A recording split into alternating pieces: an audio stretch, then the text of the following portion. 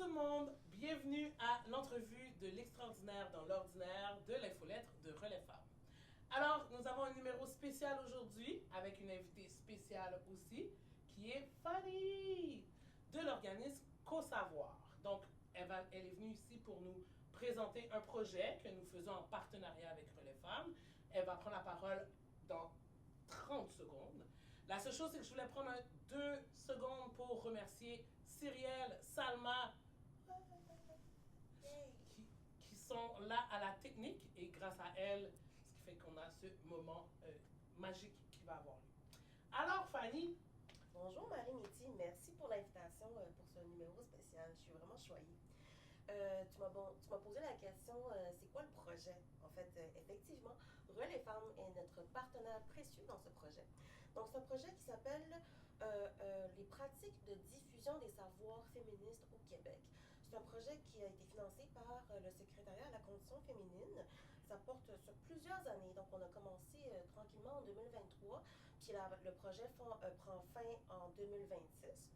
Puis juste pour vous expliquer pourquoi ce besoin est venu chez nous, autant à Co-Savoir qu'à Relais Femmes, en fait, c'est parce que les groupes de femmes sont venus nous voir à Co-Savoir, puis ils se sont dit, finalement, on a besoin de documenter les pratiques de diffusion dans le milieu communautaire féministe, les groupes de femmes en particulier. Puis ces pratiques de diffusion ont toujours existé, sauf qu'elles ne sont pas toutes recensées. Donc, des fois, on n'arrive pas à toutes les visualiser ou les voir, mais ça existe toujours. Donc, nous, la façon qu'on a fonctionné avec ce projet, c'est que ça a commencé en 2023, puis on a divisé ça en 3 phases. La phase 1, OK, on va recenser, on va documenter les pratiques de diffusion qui sont déjà existantes au Québec chez les groupes de femmes. Puis la phase 2, qu'on est en ce moment, on est plein en phase 2, c'est de produire des outils justement pour répondre aux besoins des groupes de femmes, pour améliorer ou soutenir leur pratique de diffusion des savoirs. Puis la phase 3, finalement, c'est de 2025 à 2026, c'est-à-dire l'année prochaine. On va mobiliser et faire rayonner les pratiques de diffusion des savoirs pour une meilleure participation aux instances décisionnelles et politiques chez les groupes de femmes. Voilà. OK. Moi, je veux juste peut-être expliquer qu'est-ce qu'une pratique de diffusion de savoir. Très bonne question, Marie-Métis. C'est une question qui a été posée en fait par les groupes de femmes. Qu'est-ce qu'une pratique? Donc nous, le projet est très contextualisé dans les transferts de connaissances des groupes de femmes en lien avec les technologies de l'information et de la communication. Donc c'est sûr que dans les pratiques de diffusion, il y a toujours il y a toujours des phases où est-ce qu'on se dit, OK, mais faire une formation en présentiel, c'est constitué comme une pratique. Par exemple, faire une espèce de communauté de pratique en présentiel, c'est aussi une pratique. Mais nous, on a un focus particulier parce que, comme vous le savez, les technologies évoluent très rapidement, puis on s'est dit qu'il fallait faire un lien intrinsèque avec les outils numériques, c'est-à-dire tout ce qui englobe les technologies de l'information et de la communication. Donc ça, c'est vraiment le lien avec la pratique. La pratique englobe justement tous les outils ou les transferts de diffusion, les stratégies de diffusion qui sont employés en ligne. Donc ça, c'est le focus particulier. Fait qu'une pratique, par exemple, pourrait être comment faire connaître l'enjeu d'harcèlement de rue chez les femmes. Alors, la pratique pourrait être, je donne un exemple anodin, je ne veux pas nommer d'organisme, mais porter un casque virtuel, VR, puis être stimulé dans la casque virtuelle pour comprendre c'est quoi les dimensions 3D numériques de OK, on se fait harceler dans la rue, puis les gens qui portent ces casques-là ont l'expérience virtuelle, mais aussi l'expérience physique de voir ça, puis de comprendre, puis d'être sensibilisé. Donc voilà, la réalité virtuelle est une pratique. D'autres exemples que je pourrais en parler longuement, je pense que j'ai comme tout un répertoire qu'on a recensé d'ailleurs ensemble en 2023-24. Fait que c'est ça une pratique. C'est vraiment les stratégies de diffusion pour faire connaître c'est quoi nos savoirs sur les plateformes en ligne. Parce que c'est vraiment intéressant, les organismes communautaires, les organismes féministes ont quand même des pratiques de diffusion, comme on dit, qui sont souvent orales, discussions, webinaires, pas webinaires, des conférences et tout ça, des pratiques qu'on met en place. C'est intéressant de voir comment utiliser, dans le fond, la technologie pour diffuser encore plus le savoir. Mais ce que je trouve intéressant, c'est dans cette innovation, un peu le casque virtuel, c'est pas juste de mettre sur Facebook avec des slides en parlant d'harcèlement, mais vraiment de comment utiliser la technologie pour diffuser des expériences et des savoirs de populations, je dis des femmes, des populations quand même marginalisées. C'est celles qui sont le moins visibles dans notre société. C'est quand même intéressant. Effectivement, Marie-Métis, tu viens de nommer un point très important que, en fait, qu'on doit vraiment mettre l'accent sur ça. C'est que ce projet-là, c'est pas juste recenser les pratiques de diffusion, puis voilà, c'est fini. C'est de porter une attention particulière, une lentille vraiment de près pour les groupes marginalisés, pour les groupes à la croisée des oppressions. C'est pour ça que Relais Femmes, vous autres, vous apportez une expertise super intéressante dans la perspective d'ADS+, dans l'approche intersectionnelle. Donc voilà, ça nous aide à vraiment voir est-ce qu'il y a des pratiques qui ne sont pas recensées parce qu'elles ne sont pas diffusées auprès des groupes à la marge. Voilà, donc c'est un très bon point. Cool. Est-ce que tu pourrais nous partager peut-être le contexte qui a amené ce projet-là? Et je le pose vraiment en mode, je ne travaille pas à Relais Femmes. Donc, pour les gens. Est-ce que tu pourrais partager un peu le contexte de qu'est-ce qui a amené ce projet-là, comme c'est ça, le contexte? Ouais, fait que le contexte, en fait, je vais un peu reprendre les mots de ma collègue Lise Chauvineau à Co-Savoir. C'est qu'elle nomme que c'est un contexte qui est un contexte politique. Politique, pourquoi? Parce que ce qui n'a pas été connu ou ce qui n'a vraiment pas bénéficié d'un rayonnement auprès des groupes de femmes, c'est d'avoir un peu l'espèce de, de, l'espèce de supposition que les groupes de femmes n'ont pas de pratique de diffusion des savoirs et que finalement, on ne les connaît pas. Tous ces groupes-là ne bénéficient pas de ce rayonnement. Puis le contexte politique qu'on fait un peu auprès de nos bailleurs, puis qu'on présente auprès de nos groupes, c'est non, c'est pas vrai. C'est pas vrai que les groupes de femmes n'ont pas les pratiques. On a toujours eu des pratiques de diffusion. Et maintenant, l'important, c'est de le faire rayonner, puis de le faire connaître à d'autres groupes, puis de se dire que moi, j'emploie cette pratique-là, mais ça peut servir à d'autres groupes de femmes. Puis d'autres groupes de femmes vont employer des pratiques innovantes, puis nous, on n'est pas au courant, mais on va apprendre, tu sais. Fait que ça, c'est un contexte politique pour dire que c'est tout ça qui va nous aider, pas seulement à faire rayonner les pratiques de diffusion, mais à améliorer notre participation auprès des instances politiques et décisionnelles. Aussi. Dans le fond, c'est quand même marqué, parce que dans la diffusion, en tout cas, dans le rayonnement, il y a quand même un objectif de transformation sociale, il y a quand même un objectif de faire voir, un objectif de faire bouger des choses, de ce que je comprends. Tout à fait.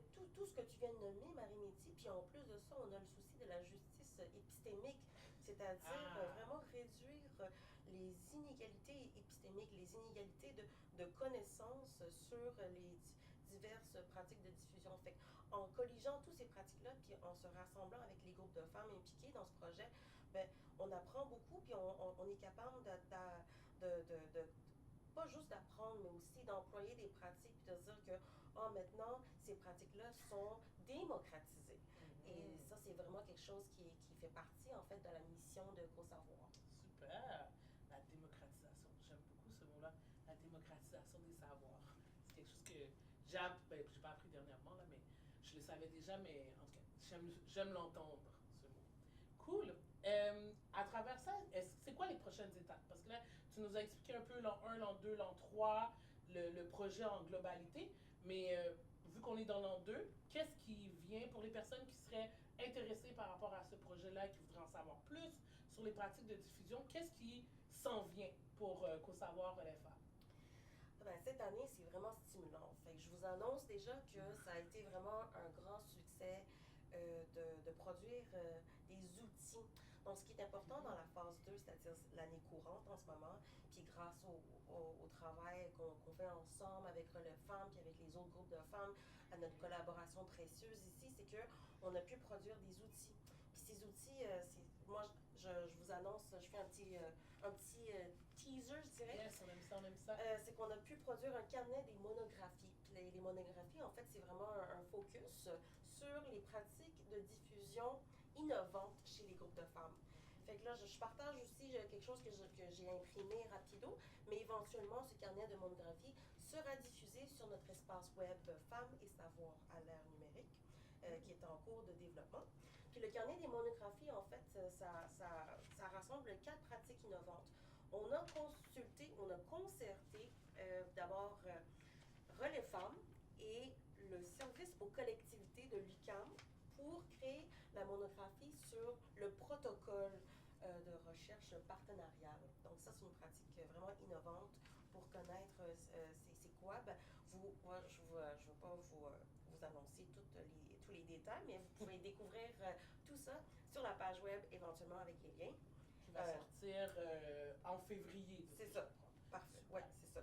Puis ensuite, il y a aussi une pratique innovante sur la page Wikipédia. Donc, ça, c'est vraiment intéressant parce que c'est pas tous les groupes de femmes qui savent comment diffuser sur Wikipédia.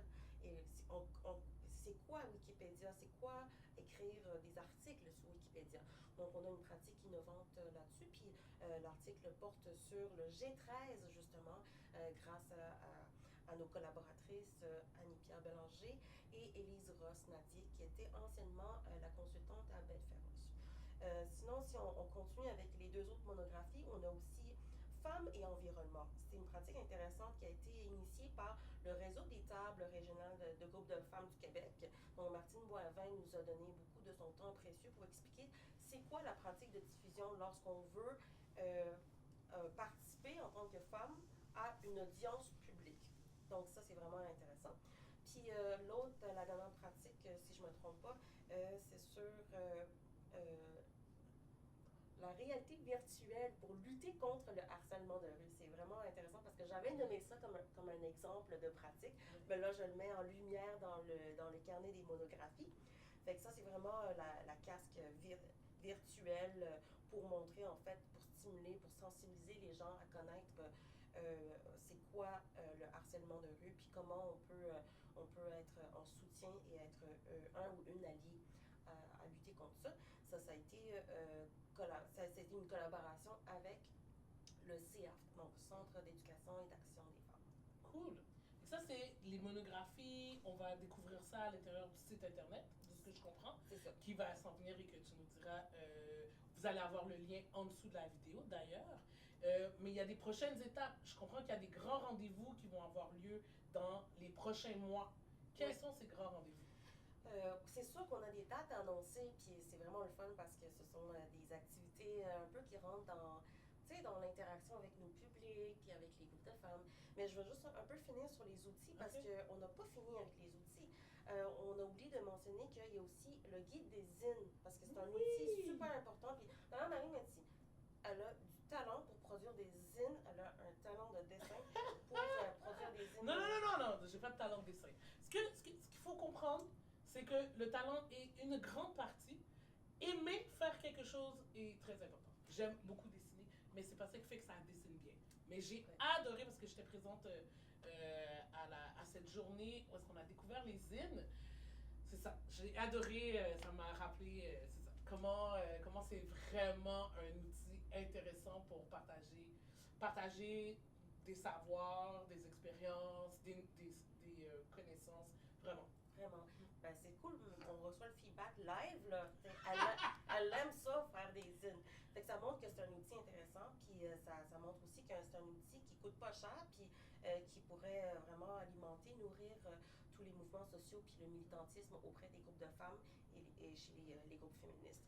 Ouais. Fait que ça, j'ai nommé ça, puis il me reste aussi à expliquer d'autres outils. On a 2 outils qui s'en viennent dans les prochaines semaines, donc ça s'appelle plus le parcours d'une production numérique. C'est vraiment intéressant parce que ça montre différentes étapes quand tu commences à produire un document, puis à la fin, qu'est-ce que tu fais avec le document. En tout cas, c'est un petit teaser, je vous laisserai découvrir le contenu de cet outil. J'ai bien hâte de voir. Puis l'autre outil s'appelle Pour un partage sans équivoque.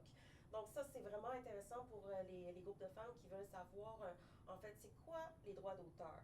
C'est quoi les licences de diffusion et de rediffusion, les droits d'utilisation, la licence Creative Commons, puis différentes manières d'héberger des ressources pour assurer la pérennité des documents, des productions numériques et tout outil venant du milieu communautaire. Fait que voilà, j'ai fait un peu le survol des Oui, outils oui. à venir, puis j'espère que, en tout cas pour le public qui voit cette vidéo, vous aurez un peu d'engouement pour découvrir le contenu. Mais je pense que ça va être intéressant. Puis après, je sais pas si tout le monde aura cette notion de curiosité, tu sais, des fois, de juste, ah, ça suscite de l'intérêt, essayer de comprendre, puis ça va donner envie d'expliquer. Donc, allez voir. Cool. Donc, je suis désolée, j'ai comme coupé dans les outils, mais je vais revenir avec la question sur quels sont les grands moments qui nous attendent dans les prochains mois avec ce magnifique projet. Oui, fait qu'il y a plusieurs activités qui s'en viennent. Je vous invite d'abord à consulter la programmation de CoSavoir parce que c'est à partir de la programmation que vous aurez droit à des inscriptions sur ces activités. Fait qu'on a plusieurs activités qui s'en viennent. D'abord, on a un midi CoSavoir qui s'en vient au mois de février. C'est un midi qui dure à peu près 1 heure, donc on fait justement un survol, j'appelle ça en anglais, excusez l'anglicisme, un walk-in sur l'espace femmes et savoir à l'ère numérique. Dans différentes sections, vous allez trouver les outils. Marie-Métier a dit cliquez, cliquez, cliquez. Fait que ça, c'est vraiment le Médico-Savoir qui s'en vient pour expliquer qu'est-ce qu'on a produit cette année. Puis ensuite, il y a 2 webinaires. Le premier webinaire qui parle justement des obstacles systémiques puis les stratégies de diffusion des savoirs. Ensuite, un autre webinaire au printemps, ce printemps, qui s'appelle Vulgarisation des savoirs et littératie. Donc, c'est des webinaires qui durent à peu près 1 heure et demie en ligne, justement, sur inscription pour pouvoir donner la chance au groupe de femmes de venir découvrir ce qu'on a fait, mais aussi de poser des questions, puis d'avoir vraiment des liens d'interaction avec nous autres pour commenter, pour réagir et pour nous suggérer des pratiques de diffusion. Et puis finalement, je veux vraiment mettre l'emphase là-dessus parce que c'est un événement un peu comme l'événement de clôture de cette année. C'est la foire aux pratiques. Donc la foire aux pratiques qui aurait lieu le 22 mai. Je mets l'accent sur 22 mai toute la journée. Dans 2025. C'est ça, à la maison Parent-Rebac. Donc j'appelle ça une foire aux pratiques, mais c'est aussi genre une journée porte ouverte où est-ce qu'on a des stations, des kiosques, puis on vient découvrir c'est quoi le centre, le rôle de relève femmes, les pratiques de diffusion, les objets à manipuler, tout ce qui est les technologies de communication, de l'information, tout ça.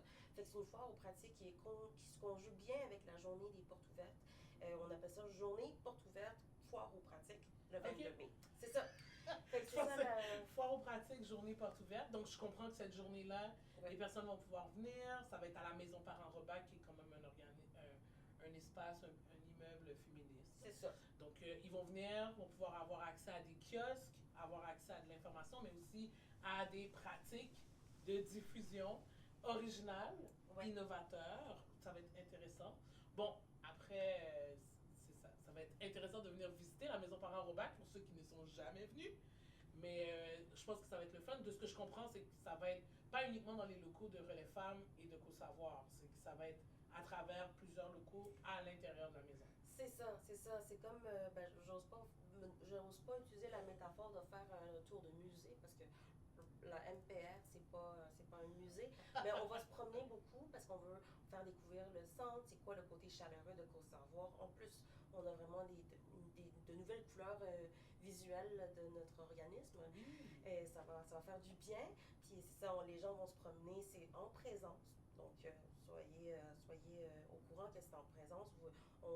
On veut faire venir du monde pour visiter le centre, Relais Femmes, les locaux au rez-de-chaussée. Et voilà, c'est toute une journée, ça commence à 10 h.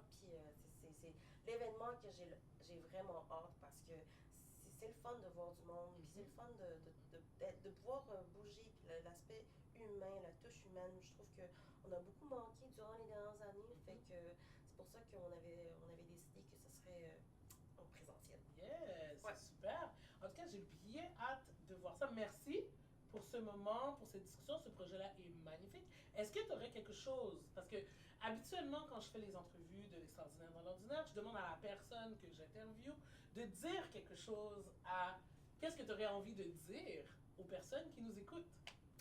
Moi, j'ai envie de dire que Relais Femmes a une équipe extraordinaire. Et je été payée pour ça. Exact. J'ai pas été payée pour ça. Ben, je trouve que Relais Femmes a une équipe extraordinaire qui est capable de mobiliser des ressources puis de vraiment créer des liens chaleureux avec les membres.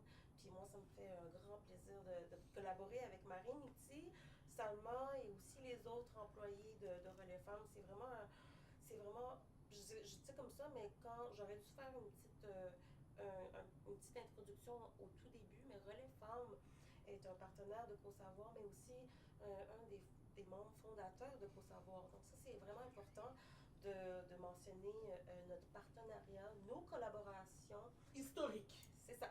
Voilà. Historique. Partenariat historique. Et les partenariats historiques fonctionnent historiquement grâce aux gens qui sont à l'intérieur. Il faut quand même le dire. Voilà. Donc, Fanny, c'est la même. Ce que tu as dit, je te le renvoie en réciprocité. C'était un. C'est parce que c'est l'entrevue. C'était un plaisir de t'avoir en entrevue. C'était vraiment intéressant. N'hésitez pas, dans le fond, à l'intérieur de l'infolettre, il va y avoir plein d'informations. N'hésitez pas à les cliquer et de rester à l'affût des diverses activités et programmations. Voilà, Marie-Mitzi, Relais Femmes. Fanny CoSavoir. À plus!